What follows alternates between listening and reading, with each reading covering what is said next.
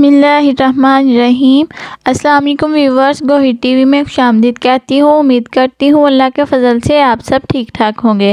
آج کا موضوع ہے اللہ کے ذکر سے اور عبادت سے غافل جانور اور پرندے۔ غافل پرندے کی سزا۔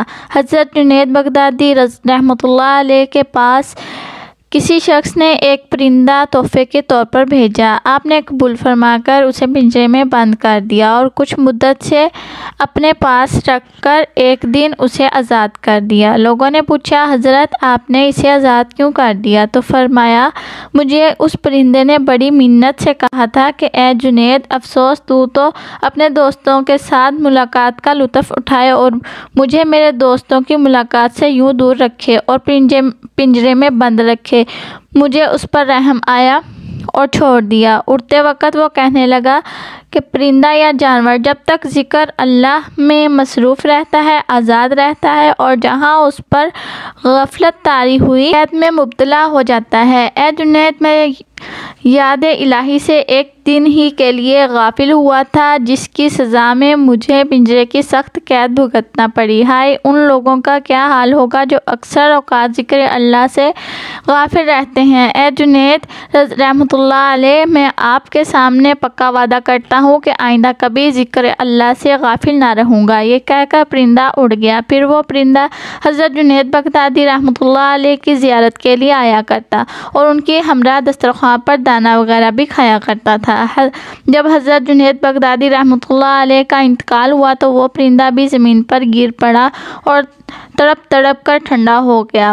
اس کے بعد حضرت جنید بغدادی رحمۃ اللہ علیہ کو کسی نے خواب میں دیکھا اور حال پوچھا۔ انہوں نے جواب دیا، چونکہ اس پرندے پر میں نے رحم کھایا تھا، اللہ عز و جل نے بھی مجھ پر رحم کیا۔ ایک بزرگ کے حالات میں لکھا ہے کہ آپ مچھلیاں پکڑ رہے تھے اور آپ کے ساتھ آپ کی چھوٹی لڑکی بھی بیٹھی تھی۔ آپ جو بھی مچھلی پکڑتے وہ اپنی لڑکی کو دیتے جاتے اور وہ لڑکی اپنے والد سے مچھلیاں لے کر پھر دریا میں ڈالتی جاتی۔ حضرت جب فارغ ہو کر اٹھے تو لڑکی سے فرمایا، بیٹی مچھلیاں کہاں ہیں؟ تو وہ بولی، ابا جان میں نے تو ان سب کو پھر دریا میں ڈال دیا ہے۔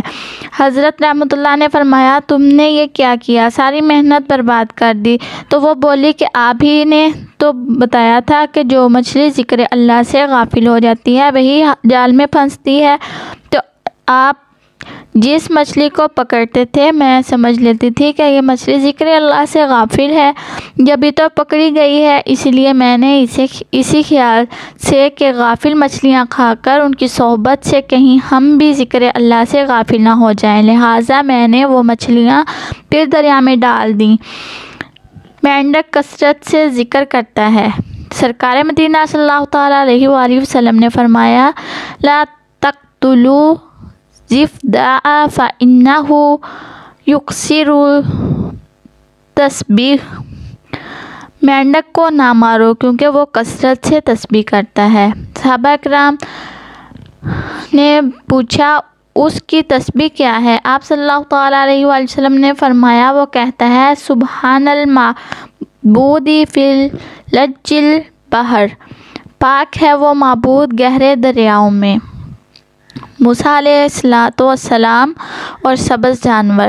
منقول ہے کہ ایک بار سیدنا حضرت موسیٰ علیہ نبینا و علیہ السلام جنگل میں ذکر الہی کرتے ہوئے جا رہے تھے کہ انہیں خیال ہوا کہ اس جنگل میں شاید میرے سوا کوئی اور اللہ کا ذکر نہ کرتا ہوگا۔ اللہ عز و جل نے وحوش اور طیور، درندوں اور پرندوں کو حکم دیا کہ ہمارے ذکر کی آواز بلند کرو، تو اس قدر ذکر اللہ کا شور ہوا کہ حضرت موسیٰ علیہ السلام سجدے میں گر گئے اور عرض کیا، اے اللہ عز و جل، کیا زمین کے نیچے بھی تیرا ذکر ہوتا ہے؟ حکم ہوا، اپنا عصا زمین پر مارو۔ جب انہوں نے عصا مارا تو زمین شق ہوئی اور پانی جوش مارتا ہوا نظر آنے لگا۔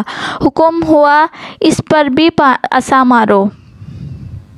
آپ نے اس پر بھی عصا مارا، ایک سیاہ پتھر نمودار ہوا۔ حکم ہوا، اس پر بھی عصا مارو۔ آپ علیہ السلام نے اس پر بھی عصا مارا تو وہ پتھر شک ہوا اور ایک سبز جانور نکلا جو اللہ کا ذکر کر رہا تھا۔ آپ الصلاۃ والسلام نے اس سے پوچھا تیری پیدائش کو کتنا زمانہ ہوا؟ اس نے کہا 300 برس۔ آپ نے پھر پوچھا تیرا کام کیا ہے؟ اس نے کہا اللہ عز و جل کے ذکر سے بہتر کون سا کام ہے؟ اے موسیٰ علیہ الصلاۃ والسلام، مجھے دن میں 2 بار پانی دیا جاتا ہے مگر میں اس خوف سے نہیں پیتا ہوں کہ کہیں ایسا نہ ہو کہ میں پانی میں منہ ڈالوں اور موت کا فرشتہ آ جائے۔ یہ کہہ کر اندر غائب ہو گیا اور پتھر زمین کے اندر چلا گیا، پھر زمین برابر ہو گئی۔ آج کا موضوع ہمارا ذکر اللہ سے جانوروں کی غفلت میں تھا۔ یہ جانور بھی اللہ کا ذکر کرتے ہیں۔ ویڈیو اگر اچھی لگی ہو تو پلیز ہمارے چینل کو لائک، شیئر اینڈ سبسکرائب کر دیں اور ساتھ ہی دیے گئے بیل آئیکن پر کلک کر دیں تاکہ ہماری نئی آنے والی ویڈیو کا نوٹیفیکیشن سب سے پہلے آپ کو ملے۔ اب ہمیں دیجیے اجازت، اللہ حافظ۔